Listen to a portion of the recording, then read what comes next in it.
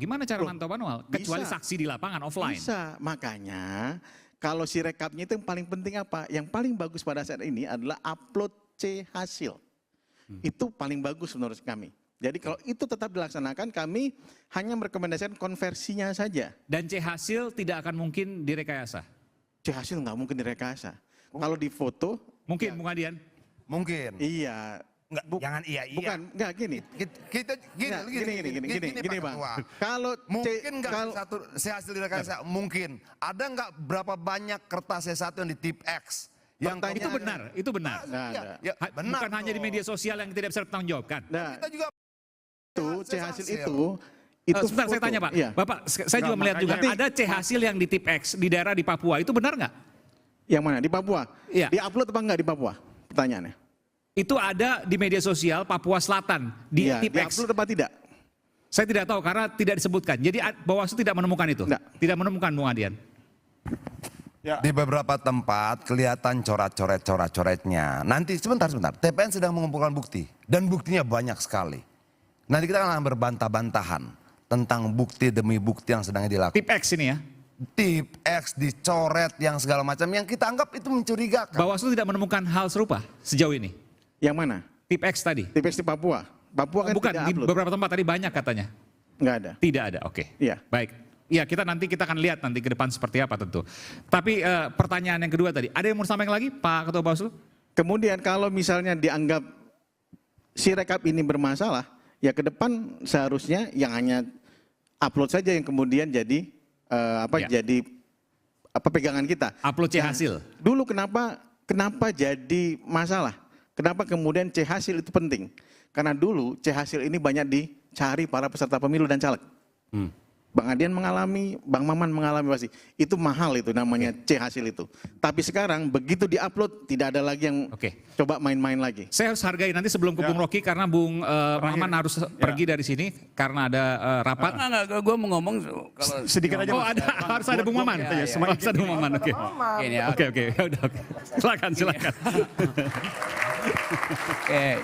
Soal Mahkamah Konstitusi tadi juga pertanyaannya bisa disinggung sedikit. Dan di mana diterangkan bahwa yang rekap itu informal, yang manual itu formal? Di mana diterangkan? Undang-undang, Bang. Undang-Undang 7 tahun 2017 yang dipakai adalah manual rekapitulasi berjenjang. Oke, ngerti itu. Artinya bukan informal dan formal, legal atau tidak legal. Berarti yang rekap tidak legal. Ya, enggak gini. Alat bantu sebutannya yang alat dipakai untuk kemudian sampai ke tingkat pusat adalah manual rekapitulasi berjenjang. Alat bantu. Jadi dia tidak vital. Sampai berdiri-diri. Tidak. Jadi dia tidak vital. Kalau Anda kesulitan napas, alat bantu bernapas itu vital. Jadi mengapa disebut sesuatu informal tetapi tidak bermakna itu? Karena dia cuma alat bantu. Lo justru alat bantu itu yang diperlukan sementara alat resminya belum ada. Kan berpikirnya begitu. Jadi ngapain mengatakan bahwa yang rekap itu nggak diperlukan? Lo dia legal juga. Bagaimana coba? Bingung kan sendiri? Itu soalnya tuh. Enggak bingung. Negara tidak mempercayai negara. Gini. Di dalam pikiranmu itu alat bantu itu tidak vital karena boleh diabaikan. Lu berhenti bernapas, diperlukan alat bantu pernapasan. Jadi vital alat bantunya. Bukan paru-parumu yang vital. Masalahnya nafasnya alat masih bantunya ada. yang vital. Jangan dibalik. Suka balik-balik pernyataan. Enggak. Kalau Gini. Yang dipakai adalah manual berjenjang. Tahu itu, saya tahu. Manual berjenjang. Benar. Jadi alat bantunya, mana alat bantunya? Coba kemudian bagi nafas, aneh banget lah. Cara Jangan berpikir, kemudian gini ya. Itu logiknya aneh itu. Jadi saya terangin gimana keanehan pikiranmu ya. Coba dengar ya. You anggap, kenapa you percaya pada yang manual? Karena you tahu akan ada perencanaan kejahatan. Setiap penundaan ada perencanaan kejahatan. Jadi dari awal Anda menganggap bahwa ini ada kejahatan karena itu kalau dia direkap itu bisa ada kejahatan. Karena itu pindah ke yang manual. Kan begitu jalan pikirannya kan. Jadi semua yang rekap itu memang rencana kejahatan. Tetapi rencana kejahatan itu bukan di teknisnya. Bukan di 800 TPS. 800.000 TPS. Rencana kejahatan dimulai oleh 1 TPS. Di mana itu? Di Mahkamah Konstitusi. Yang suratnya dicoblos oleh Jokowi sendiri tuh.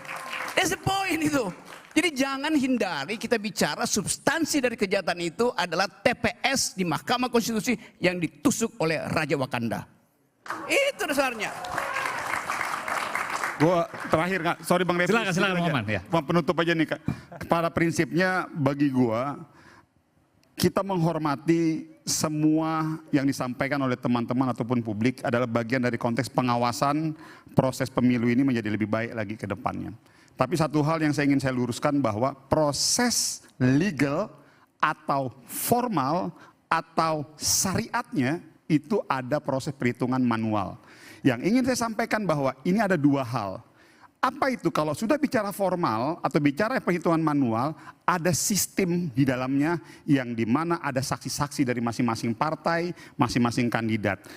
Jadi biarkan teman-temannya Bang Adian di PDIP dan di Koalisi 03, teman-temannya Bang Refli di Koalisi 01, saksi-saksi dan kami di 02, kita pantau, kita kawal, kalau ada potensi kecurangan, protes di TPS masing-masing, sekarang lagi masuk di tingkat kecamatan, persiapkan semua saksi, udah saya pikir itu jadi bahwasanya ada kontrol publik, monggo silakan bagian dari proses demokrasi ini. Jadi saya pikir itu saja, dan saya mohon maaf Bang Aiman nggak bisa sampai kelar, sekali lagi mohon maaf karena saya harus rapat mengawal seluruh kursi-kursi karena insya Allah kita ingin bareng-bareng sama Bang Adian nanti insya Allah.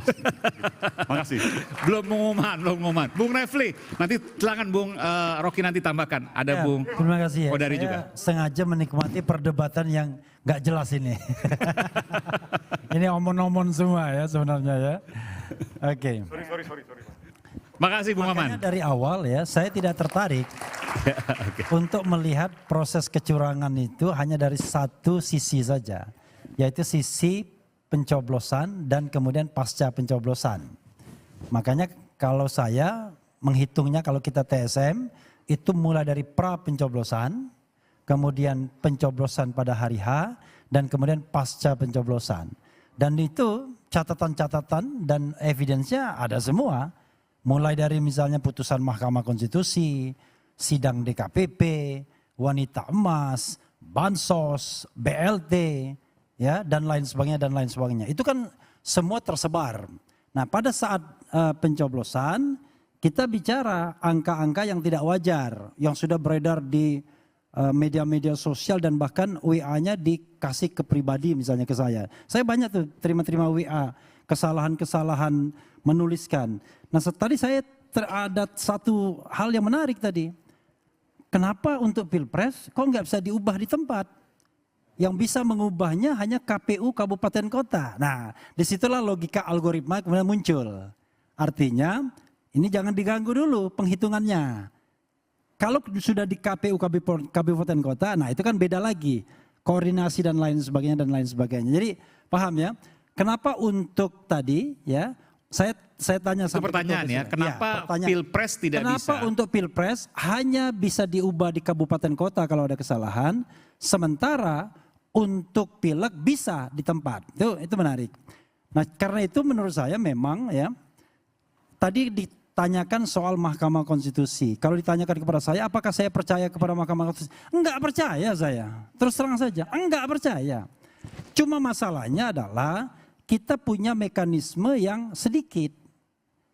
Mekanisme di DPR hak angket is okay, tetapi tidak memutuskan hasil pemilu bisa bahan bukti tambahan karena melakukan penyelidikan.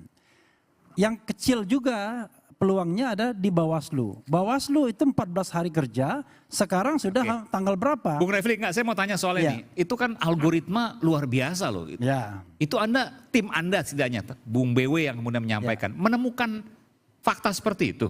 Jadi gini. Lompat seperti kutu loncat tadi.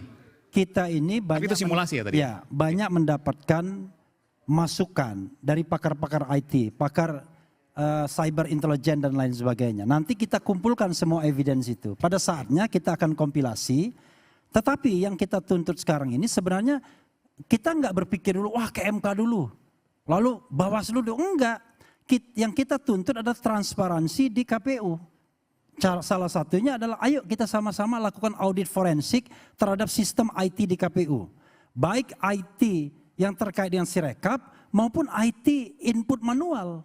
Memang kita bisa kawal terus dari input di di TKP misalnya, ya kan? Lalu sampai kemudian KPU kabupaten kota, KPU provinsi, KPU nasional konsisten. Nah, tadi Karena ikan itu juga input elektronik juga, bukan manual dalam pengertian kita hanya melihat manualnya. Iya, enggak, ini logika yang kemudian tadi disampaikan oleh Bung Maman ya, Bung Maman tadi sudah lewat. Dia bilang begini, kalau Sirekap jangan dilihat karena itu alat bantu. Meskipun Bu Rocky tadi punya pendapat lain, nanti silahkan sampaikan. Kita lihat di manual. Kalau manual nggak usah ada kekhawatiran karena ada banyak saksi di sana, kabupaten, kecamatan, kabupaten kota dan seterusnya. Jadi nggak mungkin ada kecurangan. Saya jawab dulu. Silakan. Ya itulah logika itulah yang akan dikembangkan seperti 2019. Anda bayangkan ya, kita disuruh menolak Sirekap yang triliunan proyeknya. Padahal gara-gara Sirekap dan hitung cepat itulah kemudian deklarasi muncul. Ya kan sudah ada deklarasi tanggal 14 kemarin. Lalu berdasarkan hasil yang ilegal deklarasinya. Berarti deklarasinya ilegal. Nah yang itu yang pertama. Yang kedua, kita dipaksa untuk memelototi 823.220 unit. Anda bisa bayangkan siapa yang sanggup melakukan pemelototan itu. Makanya kalau kita bicara tanggung jawab negara, saya luruskan yang namanya KAP itu State Auxiliary Agency. Ya. Jadi lembaga negara tambahan, tetapi dia adalah representasi dari negara walaupun dia independen. Nah, lalu kita disuruh mengawal sendiri, padahal itu tugas dan tanggung jawab negara untuk memberikan hasil yang sebenar-benarnya dan sesolid-solidnya. Karena itu, terakhir ya, tidak ada yang bisa menjamin bahwa rekap manual pun tidak bermasalah. Itu kuncinya. Kalau saya menduga, ini baru dugaan yang kemudian akan kita buktikan ke depan. Modelnya adalah di-set terlebih dahulu angka dan presentasinya, kemudian ada yang memperkuatnya, kemudian hitungan Sirekap yang berproses persentasenya itu menyesuaikan dan konsisten terus-menerus, dan terakhir kemudian dihantam dengan manual yang katanya konsisten dengan angka yang sudah di preset itu. Itu keyakinan saya, tetapi sekali lagi. Bentar, gimana itu, pelan-pelan, gimana? Jadi di-set dulu. Ya, ini analisis ya. Analisis saya sebagai lawyer.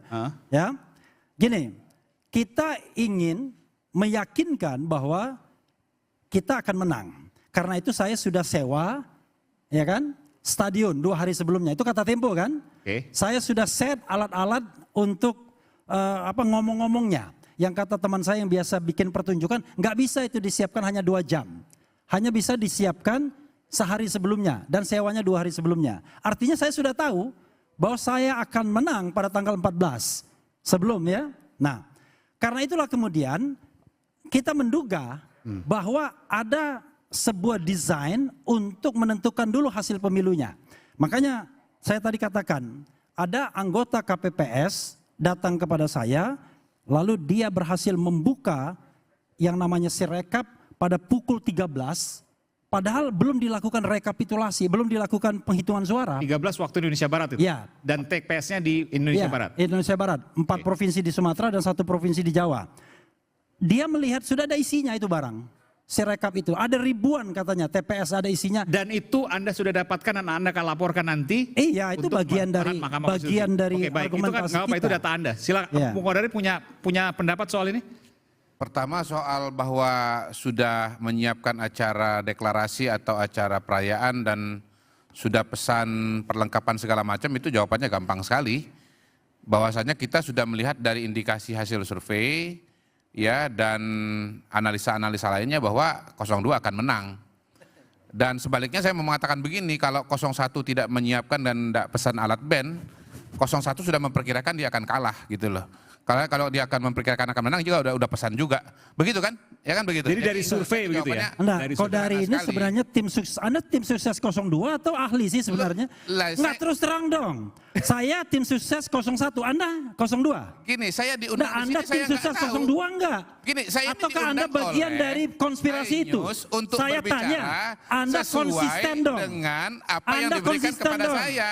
Anda konsisten. Kalau Anda menjadi bagian dari konspirasi itu, katakan di publik, saya Kodari yang pertama kali mempromosikan menginginkan Prabowo penting. Jokowi untuk menjadi pasangan dan saya menginginkan Prabowo Jokowi untuk bersatu dan memenangkan pemilihan di Indonesia. Omong dong. Nggak penting Jangan itu. kemudian Nggak Anda penting. membela 02 tetapi Anda tidak berani deklarasi bahwa Anda pendukung 02. Nggak penting itu. Semua Itu dong. orang sudah tahu. Jantan dong, jantan.